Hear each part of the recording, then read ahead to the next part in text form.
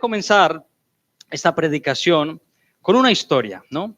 Existe una historia en torno a la Segunda Guerra Mundial, ¿no? Se cuenta que en el año 1918, un soldado llamado Henry Tanday, junto a su pelotón, atacó un puesto de avanzada que estaba en la localidad francesa de Marcoing. El soldado Tanday, después de haber tomado posición, vio a un indefenso y solitario soldado alemán al cual le perdonó la vida. No apretó el disparador alegando razones de conciencia. Dijo, lo vi tranquilo y desarmado y no quise disparar. Bien, un poco de tiempo después se supo que aquel soldado alemán tenía por nombre Adolf Hitler. De ser cierta esta historia, hermanos, podríamos concluir que la decisión de un solo hombre en aquel momento pudo haber cambiado la historia del mundo para siempre, ¿no? Si tan solo hubiese apretado el disparador, quizá no habría habido una Segunda Guerra Mundial, ¿no?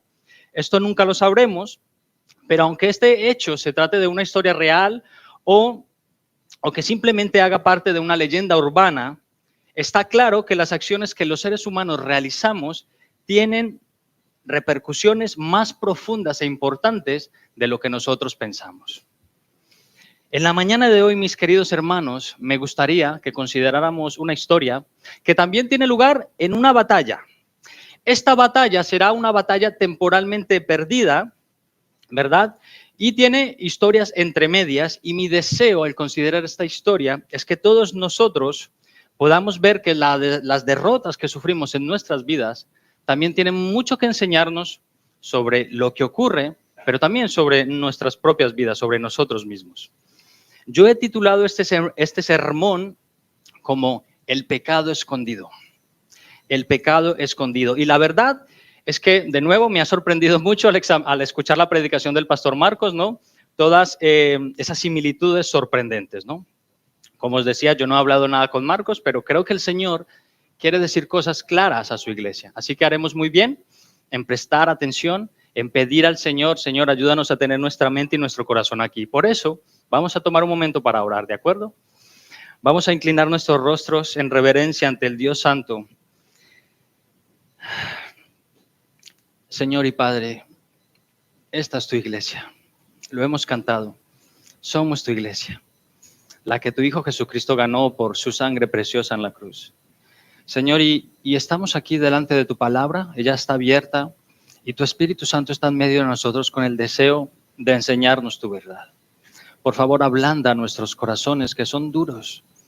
Señor, dispara a nuestra conciencia y háblanos, Señor, que podamos salir de este lugar transformados por la acción de tu Santo Espíritu en nosotros. Señor, no queremos contabilizar un domingo más de iglesia en la que venimos a sonreír y hasta luego. Queremos tener un encuentro contigo, Señor. Por favor, háblanos, te lo rogamos, en el nombre de Jesús. Amén. Bien, hermanos, si tenéis vuestras Biblias, os voy a pedir que vayáis abriendo en Josué, capítulo 7.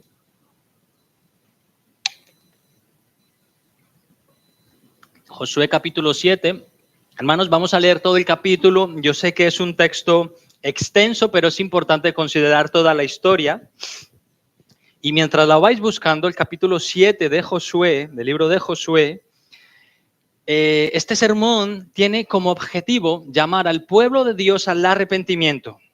Mi oración durante estas semanas, durante estos días, ¿no?, ha sido que el Señor nos dé a todos nosotros, una profunda necesidad de santificación y de confesión de pecados. He orado al Padre para que podamos entender que el perder o ganar batallas en nuestras vidas muchas veces depende de nuestra obediencia. Es cuestión de obediencia y también de dependencia a la voluntad de Dios. Amén. Así que vamos a leer el texto, hermanos, capítulo 7 de Josué. Dice la palabra del Señor. Pero los hijos de Israel cometieron una prevaricación en cuanto al anatema, porque Acán, hijo de Carmi, hijo de Sabdi, hijo de Sera, de la tribu de Judá, tomó del anatema, y la ira de Jehová se encendió contra los hijos de Israel. Después Josué envió hombres desde Jericó a Jai, que estaba junto a Bet-Aben, hacia el oriente de Betel, y les habló diciendo, subid y reconoced la tierra. Y ellos subieron y reconocieron a Jai. Y volviendo a Josué le dijeron, no suba todo el pueblo, si no suban como 2,000 o 3,000 hombres y tomarán Hai. No fatigues a todo el pueblo yendo allí, porque son pocos. Y subieron allá del pueblo como 3,000 hombres, los cuales huyeron delante de los de Hai. Y los de Hai mataron de ellos a unos 36 hombres y los siguieron desde la puerta hasta Sebarim, y los derrotaron en la bajada. Por lo cual el corazón del pueblo desfalleció y vino a ser como agua. Entonces Josué rompió sus vestidos y se postró en tierra sobre su rostro delante del arca de Jehová hasta caer la tarde, él y los ancianos de Israel, y echaron polvo sobre sus cabezas. Y Josué dijo: Ah, Señor Jehová, ¿por qué hiciste pasar a este pueblo el Jordán para entregarnos en las manos de los amorreos para que nos destruyan? Ojalá nos hubiéramos quedado al otro lado del Jordán. Ay, Señor, ¿qué diré? Ya que Israel ha vuelto la espada delante de sus enemigos, porque los cananeos y todos los moradores de la tierra oirán y nos rodearán y borrarán nuestro nombre de sobre la tierra. Y entonces, ¿qué harás tú a tu grande nombre? Y Jehová dijo a Josué: levántate, ¿por qué te postras así sobre tu rostro? Israel ha pecado y aún han quebrantado mi pacto que yo les mandé. Y también han tomado del anatema y hasta han hurtado, han mentido y aún lo han guardado entre sus enseres. Por eso los hijos de Israel no podrán hacer frente a sus enemigos, sino que delante de sus enemigos volverán la espada. Por cuanto han venido a ser anatema, ni estaré más con vosotros si no destruyereis el anatema de en medio de vosotros. Levántate, santifica al pueblo y di: santificaos para mañana, porque Jehová, el Dios de Israel, dice así: anatema hay en medio de ti, Israel. No podrás hacer frente a tus enemigos hasta que hayáis quitado el anatema de en medio de vosotros. Os acercaréis pues mañana por vuestras tribus, y la tribu que Jehová tomare se acercará por sus familias, y la familia que Jehová tomare se acercará por sus casas, y la casa que Jehová tomare se acercará por los varones. Y el que fuere sorprendido en el anatema será quemado, él y todo lo que tiene, por cuanto ha quebrantado el pacto de Jehová y ha cometido maldad en Israel. Josué, pues, levantándose de mañana, hizo acercar a Israel por sus tribus, y fue tomada la tribu de Judá. Haciendo acercar a la tribu de Judá, fue tomada la familia de los de Sera. Y haciendo luego acercar a la familia de los de Sera por los varones, fue tomado Zabdi. Hizo acercar su casa por los varones, y fue tomado Acán, hijo de Carmi, hijo de Zabdi, hijo de Sera, hijo de la tribu de Judá. Entonces Josué dijo a Acán: hijo mío, da gloria a Jehová, el Dios de Israel, y dale alabanza, y declárame ahora lo que has hecho, no me lo encubras. Y Acán respondió a Josué diciendo: verdaderamente yo he pecado contra Jehová, el Dios de Israel, y así he hecho. Pues vi entre los despojos un manto babilónico muy bueno, y 200 siclos de plata, y un lingote de oro de peso de 50 siclos, lo cual codicié y tomé. Y aquí que está escondido bajo tierra en medio de mi tienda, y el dinero debajo de ello. Josué entonces envió mensajeros, los cuales fueron corriendo a la tienda, y he aquí que estaba escondido en su tienda, y el dinero debajo de ella. Y tomándolo de en medio de la tienda, lo trajeron a Josué y a todos los hijos de Israel, y lo pusieron delante de Jehová. Entonces Josué y todo Israel con él tomaron a Acán, hijo de Sera, el dinero, el manto, el lingote de oro, sus hijos, sus hijas, sus bueyes, sus asnos, sus ovejas, su tienda y todo cuanto tenía, y lo llevaron todo al valle de Acor. Y le dijo Josué: ¿por qué nos has turbado? Túrbete Jehová en este día. Y todos los israelitas los apedrearon y los quemaron después de apedrearlos. Y levantaron sobre él un gran montón de piedras que permanece hasta hoy. Y Jehová se volvió del ardor de su ira, y por esto aquel lugar se llama Valle de Acor hasta hoy. Bien, hermanos, hasta aquí la lectura. Es un texto extenso, ¿verdad? Pero es importante tener toda esta historia fresca. Hermanos, hemos visto cómo todo Israel, como la Israel de Josué, sufrió una gran derrota en su segunda batalla desde el comienzo de la conquista de la tierra prometida. Hace tan solo unos días, Dios les había dado una tremenda victoria sobre la ciudad de Jericó, la ciudad de las grandes murallas. Dios derribó esas murallas debido a que en esta ocasión Josué y el pueblo sí se mostraron obedientes y fieles a las indicaciones del Señor. ¿Recordáis cuáles fueron esas indicaciones? El Señor le dijo a Josué: durante 6 días daréis una vuelta en silencio a la ciudad de Jericó. Y al séptimo día daréis 7 vueltas. Y en la última vuelta, cuando hayáis terminado de dar la vuelta, vais a gritar fuertemente, los sacerdotes van a tocar sus bocinas y las murallas caerán. Ellos se mostraron obedientes y fieles y efectivamente las murallas cayeron e Israel pudo entrar a derrotar a los cananeos. Bueno, después de esta espectacular victoria, con toda seguridad, Israel estaría pletórica, ¿no? Había vencido su primera conquista, su primera ciudad, estaría a tope de ánimos y fuerza para seguir conquistando. Total, Jehová de los ejércitos estaba con ellos. Pero ahora en Jai, una ciudad bastante más pequeña que Jericó, y a la cual Josué envía unos espías, a reconocerla, no consiguen tomarla.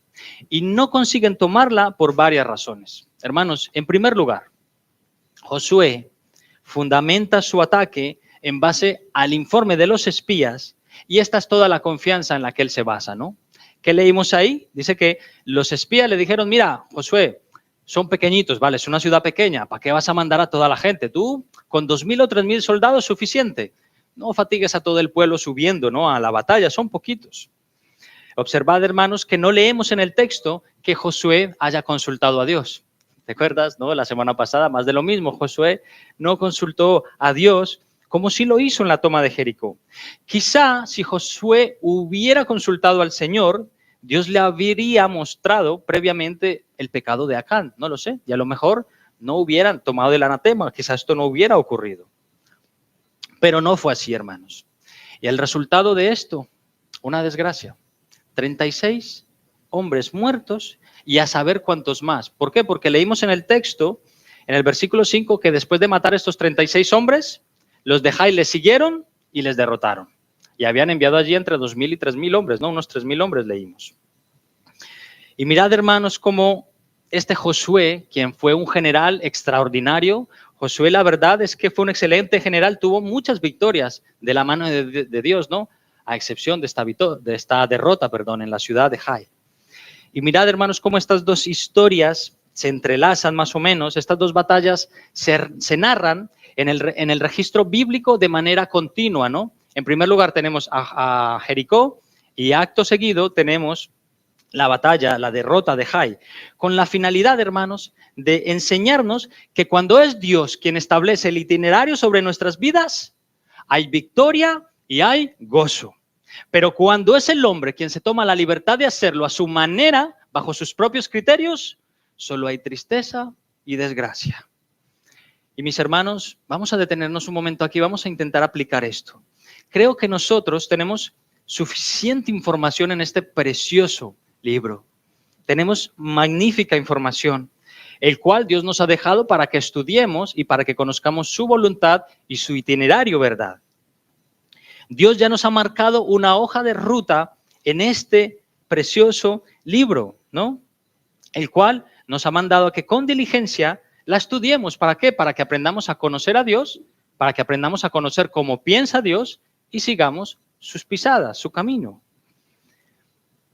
Pero ahora quiero preguntarte algo desde el púlpito y responde ahí en tu corazón, ¿no? De lo mucho o poco que tú ya sabes de este libro, independientemente de si llevas 1 año en la fe o 30 años caminando con el Señor, ¿no? De lo mucho o poco que tú ya conoces de la Biblia, ¿cuánto estás siguiendo? ¿Cuánto de lo que ya conoces estás obedeciendo? ¿Podrías hacer introspección ahora en tu corazón y reconocer que quizá no le estás haciendo mucho caso a la Biblia? Reconoces que es la palabra de Dios, de eso no hay ninguna duda. Pero ¿estás obedeciendo las cosas que ya sabes que la Biblia te enseña con respecto a X asunto? O quizá te has despistado y has tomado de los mantos babilónicos, de las piezas de plata y los lingotes de oro y los estás escondiendo ahí bajo tu tienda. Que nadie los vea. Dios lo sabe, pero el resto de los demás, de las personas, no lo sabe. De verdad, hermanos, ¿cuántos mantos babilónicos estarás ocultando ahí en tu corazón? Es probable que las piezas de plata de Jai te hayan llamado la atención y las estés atesorando cuando ya sabes que el Señor no te lo permite.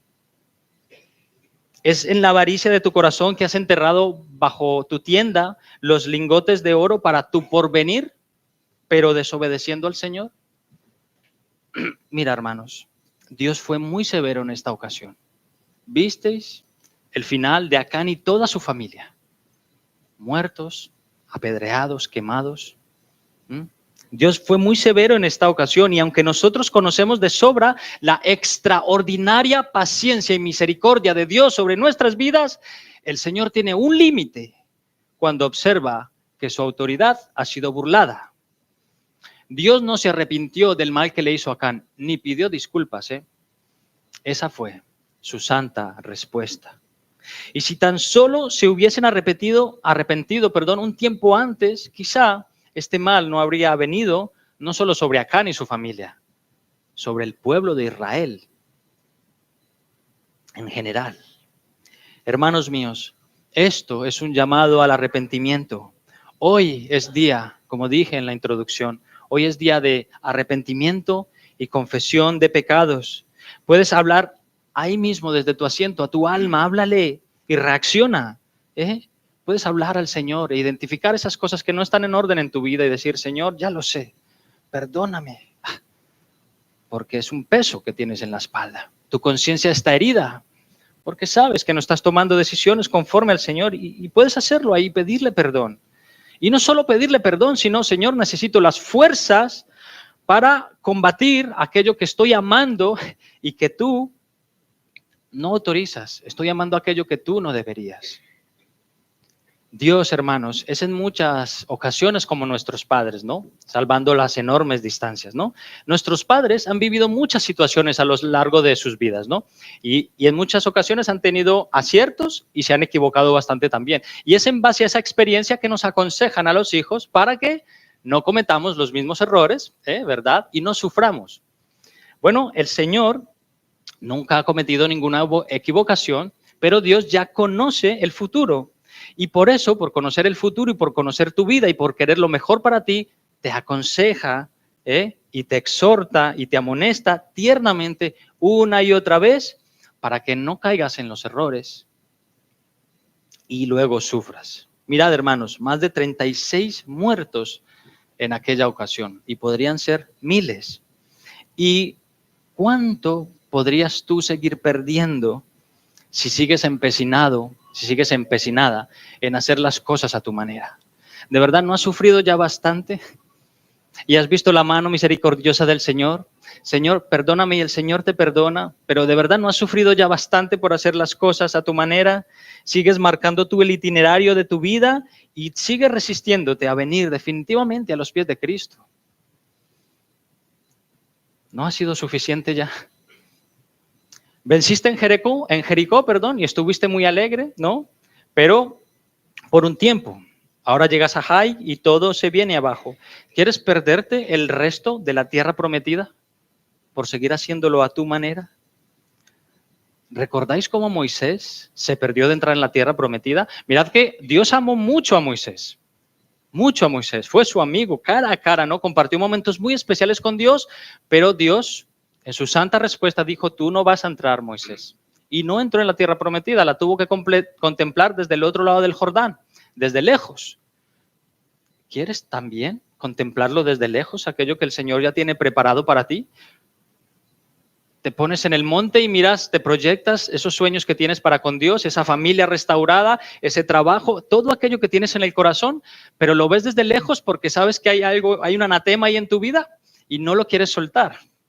Pues lo vas a ver desde lejos, no va a llegar si sigues haciéndolo a tu manera. Y hermanos, esto no hace a nuestro Dios un Dios falto de amor y compasión. La sentencia contra Acán no fue con falta de amor. Si lo piensas bien, Él está amándonos todo el tiempo, teniéndonos mucha paciencia. Dios está teniéndonos todo el tiempo misericordia y lo seguirá haciendo de verdad hasta que Él considere que nos hemos pasado de la raya. Entonces aplicará su justicia. Y si tienes pecado ahí escondido bajo tu tienda, hermano mío o hermana mía, yo te ruego desde el púlpito, en el nombre del Señor, confiésalo antes de que sea demasiado tarde. Apártate de él y hallarás gracia. No dejes que te destruya el corazón. Hoy Dios aún te está avisando con su tierno consejo a través de esta enseñanza. Saca lo que tienes debajo de la tienda. Ve a tu habitación. Confiesa tu pecado. No sé, habla con tu pastor, habla con tus líderes. Pide ayuda. Hermanos, hay pecados en los que tú solito te metes, pero de esos mismos pecados no sales solo. Necesitas ayuda. Somos tan orgullosos, hermanos, caemos en un pecado y decimos, bueno, esto ya lo controlaré yo. Pero no puedes, luchas contra él una y otra vez. Necesitas ayuda. Necesitas a un pastor, necesitas a un líder, a alguien de confianza que conozca las escrituras y te ayude. Por eso quizá llevas tanto tiempo luchando contra lo mismo y no hay ningún avance. ¿Has herido alguna amistad? ¿Tienes algo que resolver con tus padres? ¿Algo que resolver con tu familia? ¿Estás enfadada con tu marido? ¿Estás realizando ciertas prácticas vergonzosas en tu intimidad? Confiésalo. No des más ventaja al diablo. Porque yo no sé si sabíais, hermanos, que Satanás y sus demonios podrían estar ganando un terreno precioso sobre tu vida y que tú mismo podrías estar permitiéndoselo. Y a veces sin darnos cuenta, ¿no? Mirad, yo os voy a presentar algunas situaciones posibles por las que le estemos permitiendo al enemigo de nuestras almas ganar un terreno. Mirad este pasaje, Efesios capítulo 4, versículo 26 y 27. Os lo leo en una versión un poco más actualizada. Fijaos, enójense, pero no pequen. No se ponga el sol sobre su enojo, ni den oportunidad al diablo. La Reina Valera diría, airaos, pero no pequéis. No se ponga el sol sobre vuestro enojo, ni deis lugar, ocasión a Satanás, ¿no? Y aquí el apóstol entiende que nosotros podríamos estar expuestos a algunas situaciones en las que podríamos sentir rabia, podríamos sentir ira, y esto en sí mismo no es pecaminoso, hermanos. Podemos sentir molestia, rabia, ira, pero cuidado con lo que hacemos con ello, porque de controlarlo mal, podríamos estar dando oportunidad al diablo. Fijaos en este otro texto, 2 Corintios capítulo 2, versículo 11. Está hablando Pablo allí acerca del perdón y Pablo les dice, para que Satanás no tome ventaja sobre vosotros, pues no ignoramos sus planes, ¿no? Y en esta ocasión, Pablo está escribiendo a la iglesia una segunda, entre paréntesis, tercera carta a los Corintios, ¿no? En la que él les está diciendo, mirad, hay una persona de entre vosotros que me ha ofendido, se le ha ido la lengua, ha hablado de más, yo ya le he perdonado.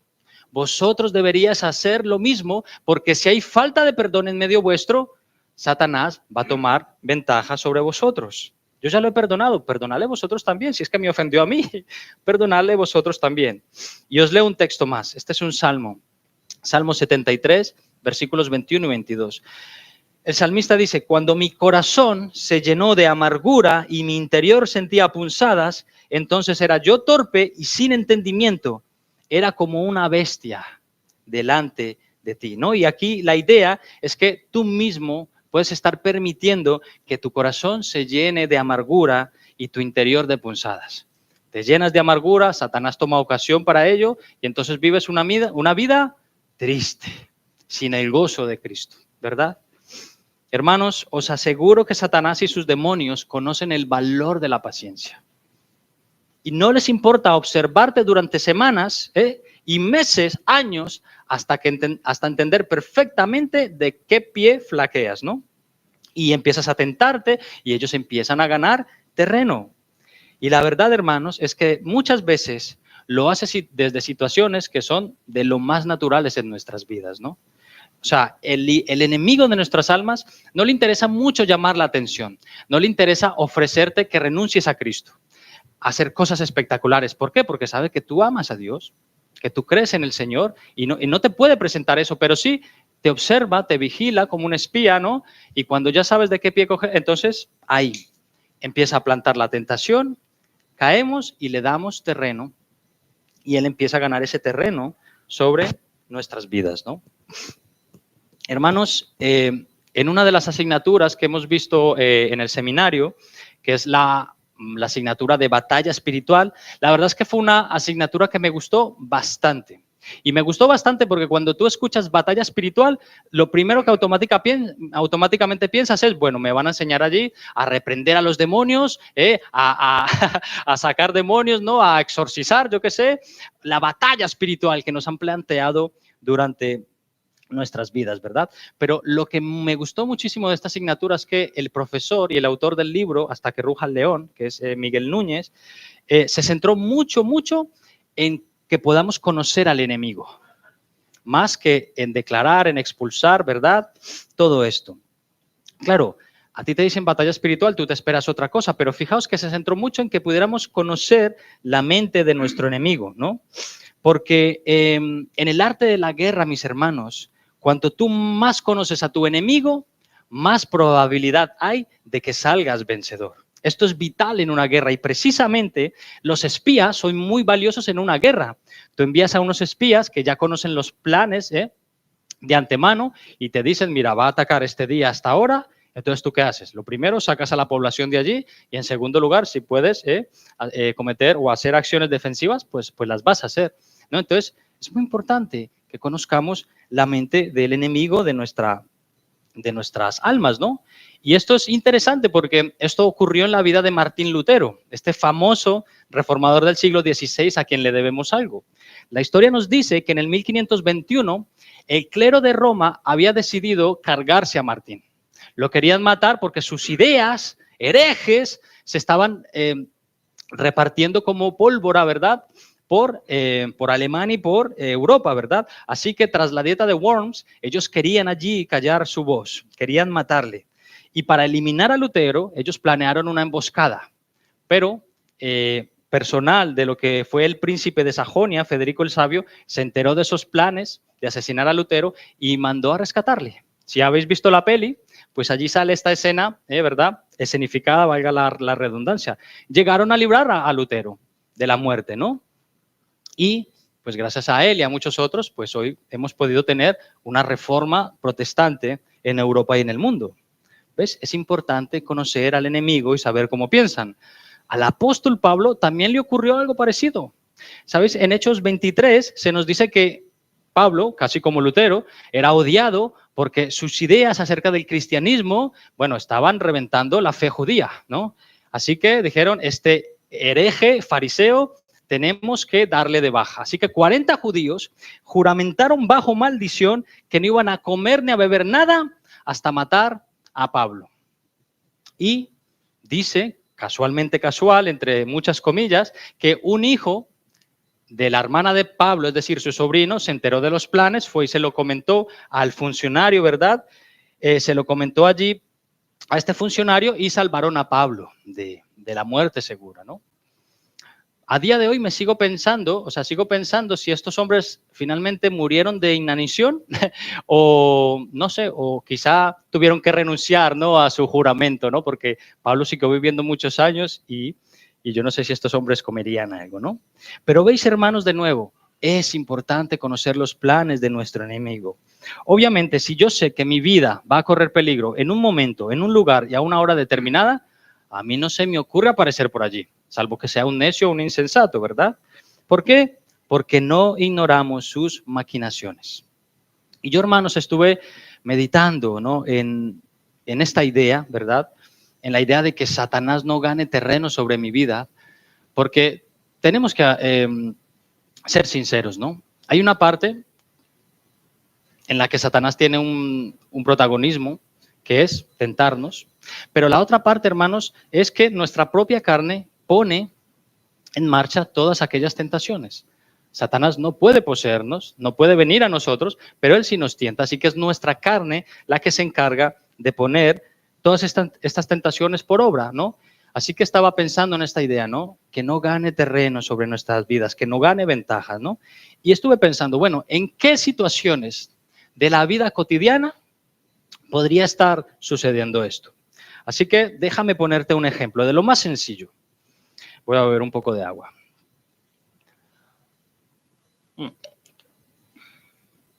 Imagina que discutes con tu esposo, con tu esposa o con alguno de tus hijos, o discutes con tus padres, da igual, ¿no? O con tu compañero de piso.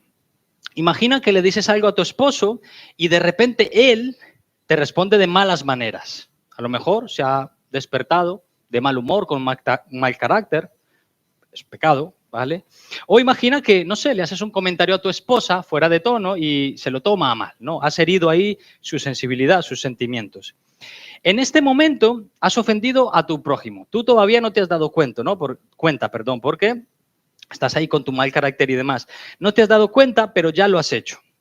Ahora bien, la parte ofendida empieza a hablar consigo mismo, pero mira, de verdad, lo mal que me ha hablado y encima hoy me he despertado antes, le he preparado su desayuno, el que tanto le gusta, mira cómo me ha respondido, de verdad, ¿no?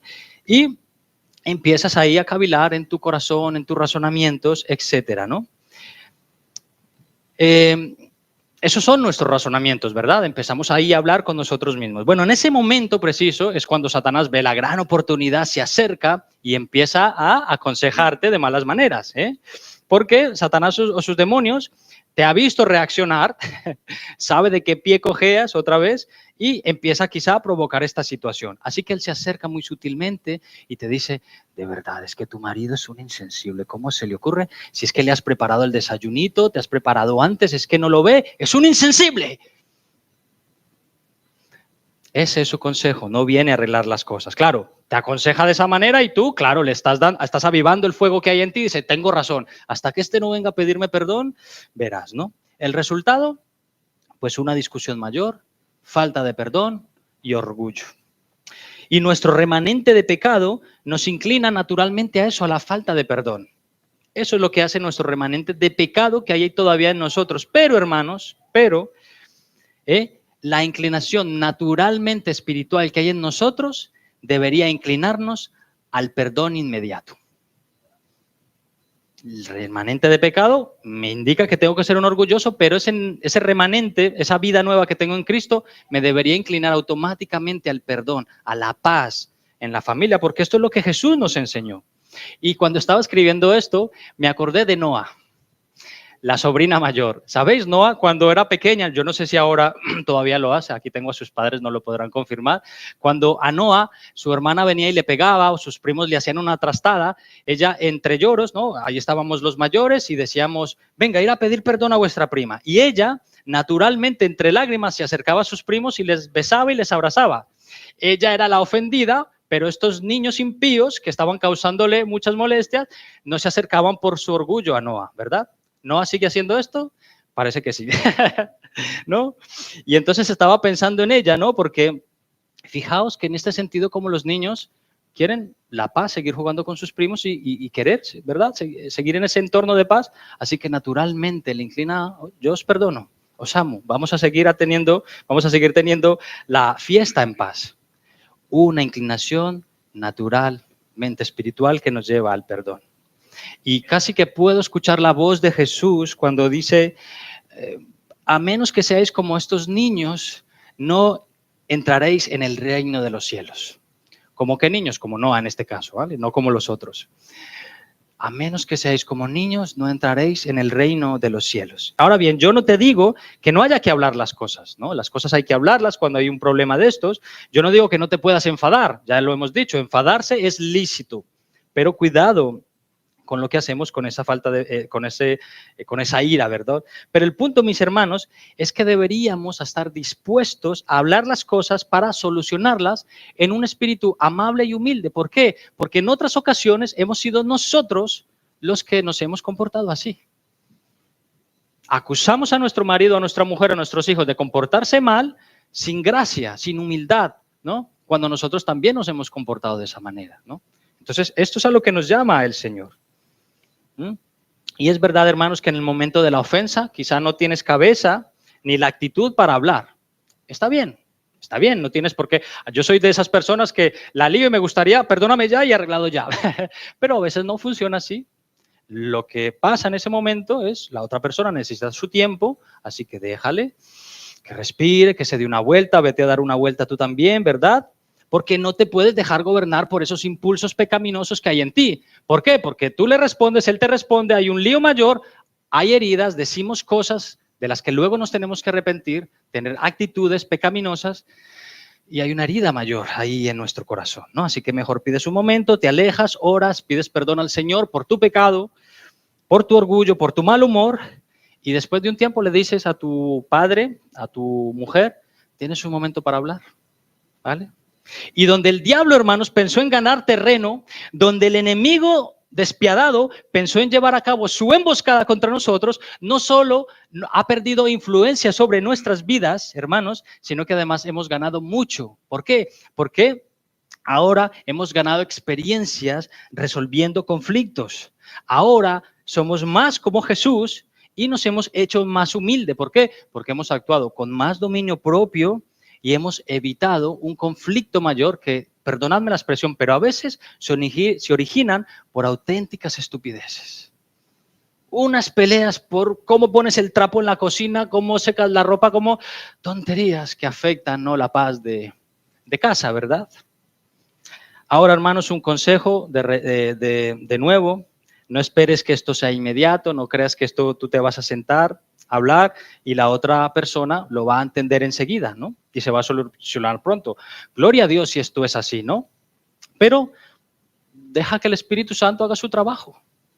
El Espíritu Santo actúa con información en nuestras vidas, con la información de la palabra de Dios primeramente y también a través del consejo manso de los hermanos, de tu esposa, de tus hijos, de tus padres, ¿verdad? Deja que tus palabras mansas se queden en el cerebro y el Espíritu Santo lo haga florecer. El Espíritu Santo que vive en nuestro corazón, le encanta hacer eso. Reconciliación, paz, como Cristo, hasta que la parte ofensora caiga en cuenta de su error y venga en algún momento y te diga, ¿sabes qué, cariño? ¿Sabes qué, papá? Tenía razón, lo siento. Lo intentaré hacer mejor la próxima vez. Ayúdame, necesito ayuda. Necesito lidiar con mi mal carácter, con mis malas respuestas, con mis malos comentarios. ¿Veis, hermanos? Y esto es tan solo un ejemplo de nuestra vida cotidiana. Aquí esto aplica para todo. Esto ocurre en el día a día. Funciona en el trabajo, en la universidad, en la iglesia. Cuán importante es que nosotros podamos aplicar todo esto aquí en el contexto de la iglesia. ¿Por qué? Porque si hay un terreno en el que no queremos que Satanás gane ventaja, es aquí, ¿verdad? En la iglesia. Así que, hermanos, volviendo ya a nuestra historia, Josué hasta entonces no supo por qué había perdido esta batalla que parecía, que pintaba tan sencilla. Ellos no pudieron conquistar a Jai a la primera. ¿Por qué? Josué no consultó al Señor. Y su lamento fue muy grande. Nosotros lo leímos del versículo 7 al 9. Señor, pero ¿y qué va a pasar con nosotros? Las otras naciones van a hacer alianza entre ellos y van a destruir nuestra tierra, no va a quedar ni nuestro nombre. Señor, ¿y qué será de tu gran nombre? ¿No? Todas estas cosas fueron el lamento de Josué, aunque lo he parafraseado ahí, ¿verdad? Aquí Josué se muestra muy afectado por las desgracias ocurridas a su pueblo. Y uno de sus temores era que los cananeos, al escuchar la derrota de Israel, se animaran a venir en masa, ¿no?, y destruyeran a Israel. Y esto es un temor natural en el líder, ¿verdad? El líder, el general, el pastor, el dueño de una empresa, está muy preocupado por las personas que tiene bajo su cargo. Entonces, Señor, ¿qué será de esta gente? Si viene aquí un ejército invasor, ¿qué va a ser de tu pueblo? ¿No? Esto es un temor natural. Y es que, mis hermanos, estas son las repercusiones del pecado encubierto sobre nuestras vidas. Si el pecado no es confesado, arrastra con nuestras empresas y nuestros pensamientos los lleva al caos. No puede haber bendición donde hay un pecado escondido, iglesia. Y debes cuidarte mucho de esto, porque no solo está tu santidad en juego, ni tu reputación, sino también la vida de aquellos que están a tu alrededor. La vida de tu iglesia, de tu familia. De verdad, hermano, nos duele tanto a los líderes, a los pastores, ¿verdad? Cuando alguien que se identifica como cristiano y aún más alguien que frecuenta la iglesia, que le han visto entrar en la iglesia, o es miembro de ella, tiene una vida doble, es tan triste, ¿verdad? Una vida desordenada, una vida de continuo pecado ahí fuera. Esa falta, ¿qué pensáis? ¿Que le afecta solamente a esa persona que tiene una vida doble, que en la iglesia se muestra de una manera y allí fuera se muestra de otra? ¿Le afecta personalmente? Claro que sí. Pero es que además esa falta tiene una repercusión directa sobre la iglesia y aún, y esto es lo más importante, sobre el nombre del Señor. Sobre el nombre del Señor. Y hermanos, ya sabéis que los seres humanos somos expertos en generalizar. Nos encanta generalizar. Cuando un político es sorprendido en corrupción, es que todos los políticos, no hay ningún político bueno, ¿verdad? Cuando un extranjero de cierto país comete cierto pecado, es que los extranjeros de ese país es que son todos malos, todos para su país, ¿verdad? Cuando un cristiano la lía, es que esa iglesia, es que los pastores, es que los evangélicos, ¿verdad? Nos encanta generalizar. Pero ahora bien, hermanos, como dije antes, hay una cosa que a Josué le preocupa más que la derrota. Hay una cosa que a Josué le preocupa más que incluso seguir conquistando tierra prometida. ¿Sabéis lo que es? Ya lo hemos dicho. A Josué le preocupa mucho más el prestigio del nombre del Señor. El prestigio del nombre del Señor sobre cualquier cosa. El versículo 9, al final. ¿Qué harás tú a tu grande nombre, Señor? Sí, hermanos, el nombre del Señor. Y esto, iglesia, debería hacernos temblar. Debería hacernos temblar. Y no es algo que yo me esté inventando, es que precisamente esto es lo que Dios también piensa de su propio nombre y su propio prestigio. La gloria de Dios, hermanos, el nombre de la gloria de Dios es algo que permea toda la Escritura. Desde el Antiguo Testamento hasta el Nuevo Testamento. El profeta Ezequiel hizo varias veces énfasis en esta idea. Que el nombre del Señor, que el Señor hace lo que hace por su santo nombre. Y mira cómo Él se lo hace saber a su pueblo en Ezequiel capítulo 36 y versículo 22, os lo leo yo. Fijaos, Ezequiel hablando. Por tanto, di a la casa de Israel, así ha dicho Jehová el Señor, no lo hago por vosotros, oh casa de Israel, sino por causa de mi santo nombre, el cual profanasteis vosotros entre las naciones a donde habéis llegado. Mis hermanos, el Señor es celoso de su nombre. Fíjate si es importante para Él que este mandamiento lo incluyó dentro de lo que sería la síntesis de su ley, los 10 mandamientos. El tercer mandamiento que nos dice, no tomarás el nombre del Señor, tu Dios, en vano. Y yo no sé tú qué piensas, hermano, pero yo tengo que escuchar muchas veces, e incluso de labios de cristianos, que este mandamiento es transgredido más de lo que nosotros nos pensamos. ¿Qué significa algo vano, hermanos? ¿Qué significa decir el nombre del Señor en vano, ¿no? Pues, hermanos, expresiones como, ay, Dios mío, para evitar decir un taco o enfadarme, o oh my God, ¿no? Cuando me entero de un chisme, oh my God, ¿no?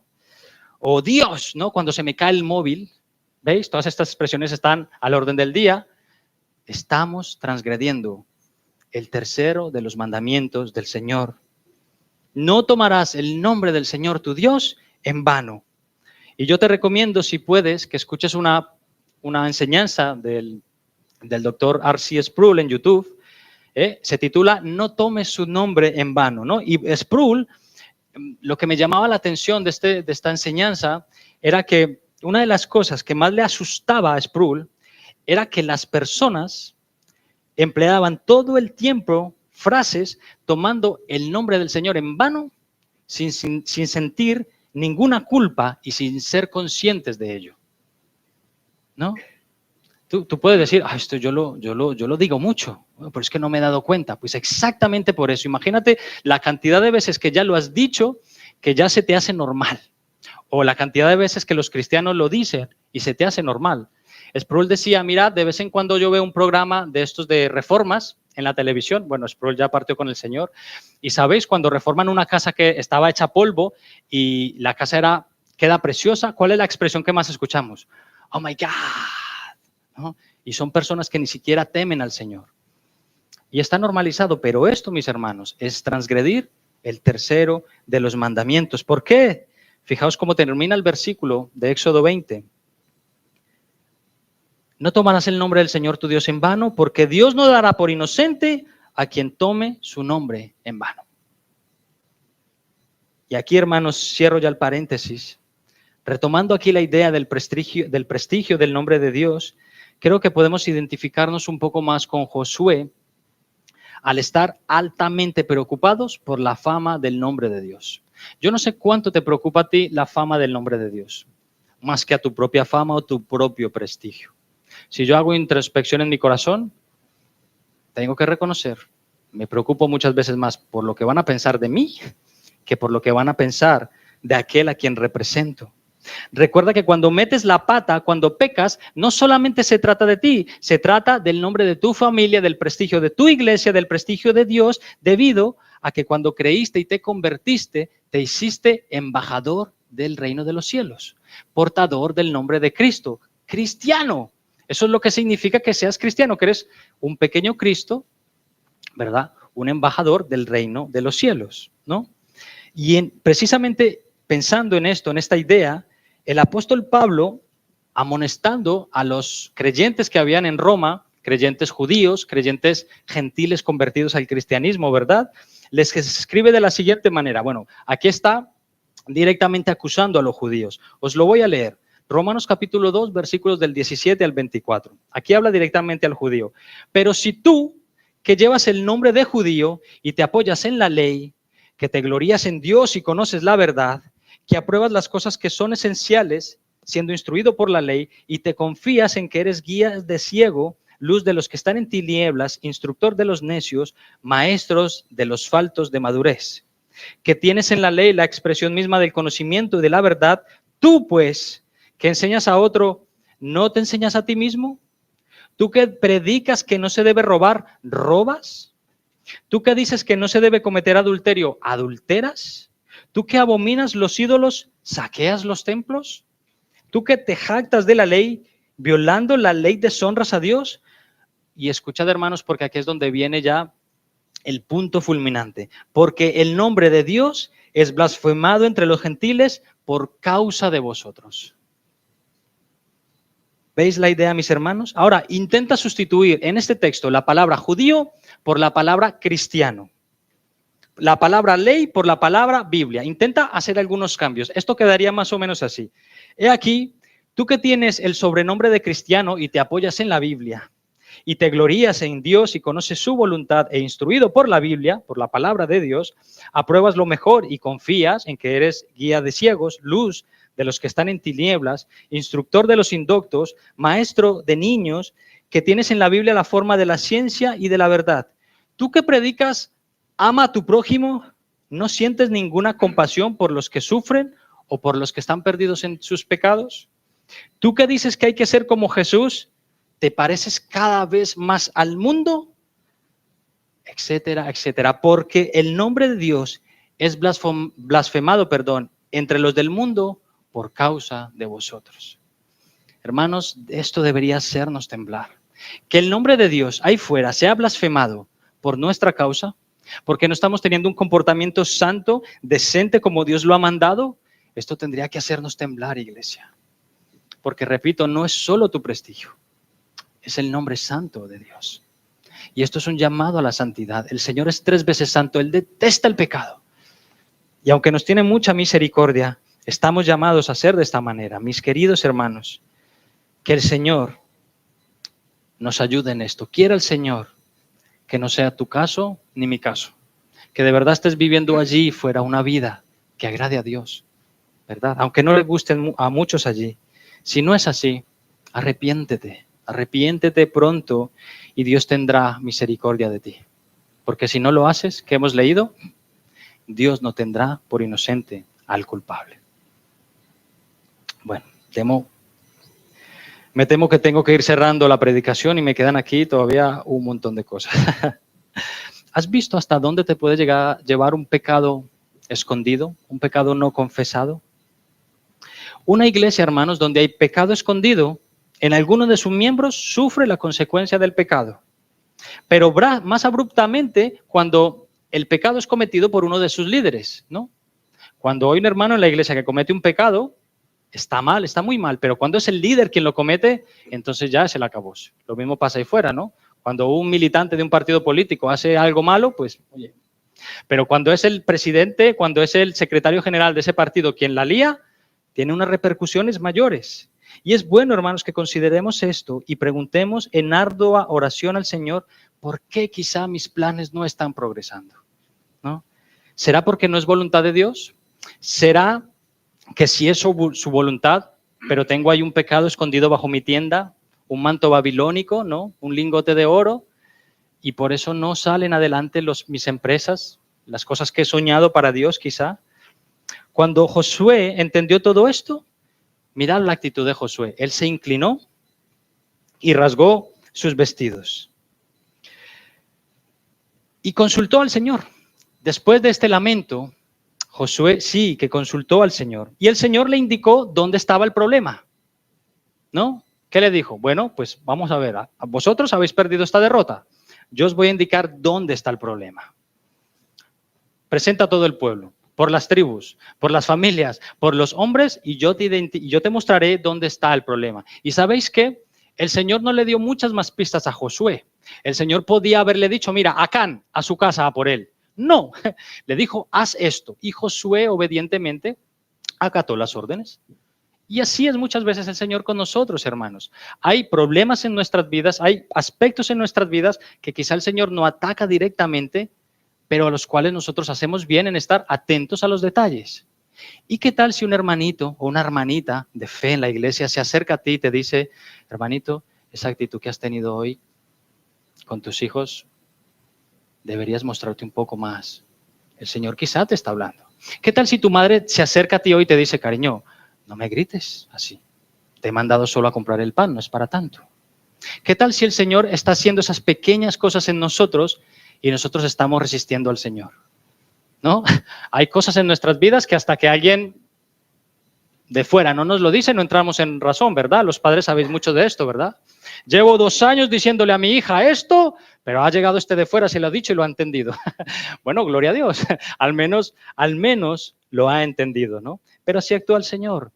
No, quizá no te da el detalle en ese momento justo, pero te va llevando por el camino hasta que puedes identificarlo, ¿verdad? Hermanos, pidamos al Señor que nos ayude a lidiar con esa egoísta inclinación de pensar que los pecados solo nos afectan a nosotros y a nadie más, ¿no? Hay muchas personas a las que tú les indicas lo mal que están haciendo y que te dicen, déjame, es mi vida, con esto no le hago mal a nadie. No, sí le haces mal a muchas personas, primeramente a ti, pero también luego a tu familia, ¿no? ¿Habéis visto alguna vez estos programas de aduanas en los aeropuertos? Una persona que sale de Chile en avión, hace escala en Lima, policía de la aduana. Te veo sospechoso, vamos a revisar tu maleta. Abren la maleta, 3 kilos de coca. Qué triste, ¿verdad? Ese hombre a lo mejor ha dejado en Chile a su mujer y a 3 hijos que dependían de él y va a estar en una prisión extranjera. El pecado no solo le ha afectado a él, ha afectado a toda su familia. Pues así pasa, hermanos, muchas veces en nuestras vidas. Claro que le haces daño a mucha gente, le haces daño a tu alma, a tu familia y a tu iglesia. Y esto es tan solo un ejemplo en particular. Pero ocurre así con multitud de maldades, mis hermanos. El pecado de la pornografía también promueve la trata de personas. Cuando una persona consume pornografía no se hace daño solo a su alma, hay toda una red que le está apoyando. Cuando una persona consume cocaína, no solamente ha salido un sábado a pasársela bien, ¿verdad? Detrás de esa consumición, cárteles de la droga, hay asesinato, hay muerte, hay cientos de personas que han sido echadas de sus tierras para plantar allí, ¿verdad? De apoderarse. No solamente te haces daño a ti, a muchos que están por detrás. Y hermanos, en la iglesia no deja de ser igualmente cierto esto. ¿Ves a Acán? Él pensó que si yo escondo estos mantos babilónicos, yo cojo estas monedas de plata y este lingote y lo entierro, total, hay 4 toneladas de oro, ¿quién se va a dar cuenta? Hay 400 mantos babilónicos por uno, ¿quién se va a enterar? Dios se entera, mis hermanos. Pecado, tristeza, desgracia y falta de arrepentimiento. ¿Vale? Bien, hermanos, tengo que ir terminando ya definitivamente, pero no quiero terminar, hermanos, sin considerar el desenlace de la batalla. Al principio dije que esto iba a ser una batalla parcialmente perdida. Iba a ser una batalla parcialmente perdida a causa de un pecado. Pero, hermanos, la asombrosa misericordia del Señor, cuando hay arrepentimiento y un deseo verdadero de cambio, Dios aún puede revertir las decisiones, mis hermanos. Si tú lees luego en casa todo el capítulo 8, te vas a dar cuenta cómo finalmente ellos sí pudieron conquistar a Jai, ¿no? No quiero quedarme con esta sensación de solo pecado, solo derrota y solo tristeza. El pueblo, hermanos, aquí ya se había purificado porque Josué mandó a purificar al pueblo. Y ahora sí, Josué consultó al Señor, pero ya no iba a ir solo con 3,000 hombres. Si lees el texto, el Señor le dice, toma a todos los soldados, 33,000 soldados, y ve, porque dice allí en el versículo, entonces Jehová dijo a Josué, extiende la lanza que tienes en tu mano hacia Jai, porque yo la entregaré en tu mano. Ahora sí, has quitado el pecado, Josué, venga, levanta la lanza que ahora sí te voy a bendecir. Conquista segura. ¿Veis cómo la victoria no llegó sin antes limpiar el anatema, sin antes limpiar el pecado? Ni por un segundo pienses que Dios va a bendecirte si sigues jugando al cristianito.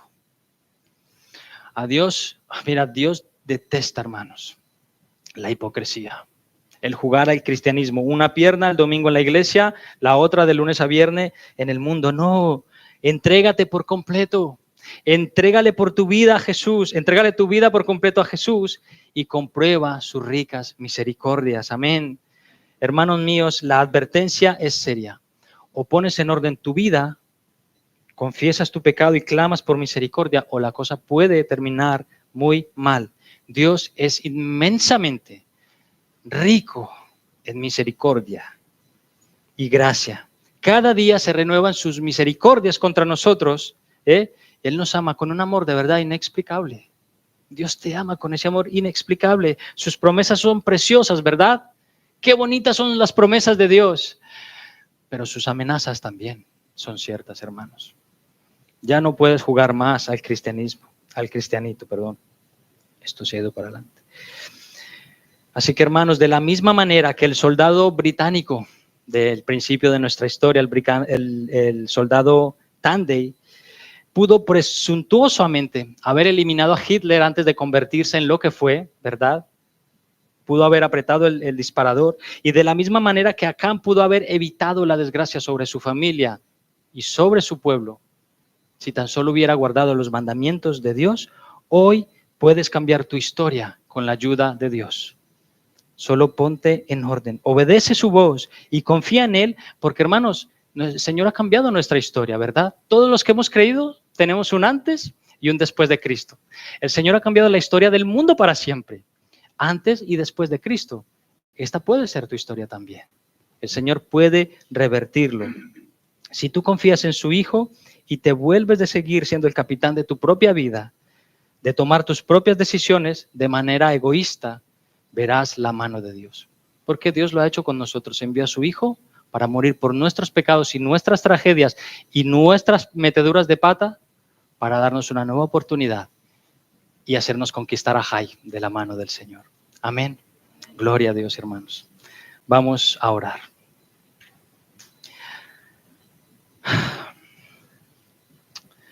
Amado Señor y Padre, hoy nos has dicho muchas cosas, Señor. Algunas quizá difíciles de procesar, algunas quizá han disparado directamente a nuestro corazón porque hay pecado escondido, Señor, en algunos de nosotros. Señor, por favor, ten misericordia. Si hoy nos has hablado de esta manera tan tierna, pero también tan veraz, te pido, Señor, que nos ayudes a cada uno de nosotros a identificarlo, a ir a nuestro lugar secreto y a clamar misericordia. Cambia nuestra historia, cambia el rumbo de nuestras decisiones. En el nombre de Jesús, Padre bendito. Y personalmente te doy muchas gracias porque después de tantos meses fuera, ahora puedo estar gozándome aquí con tu iglesia, haciendo una de las cosas que más disfruto, que es predicar, porque tú me has llamado a ello. Te pido, Señor, que salgamos de aquí en paz y que salgamos con tu bendición, Dios mío. Gracias por hablarnos. En el nombre del Señor Jesucristo. Amén.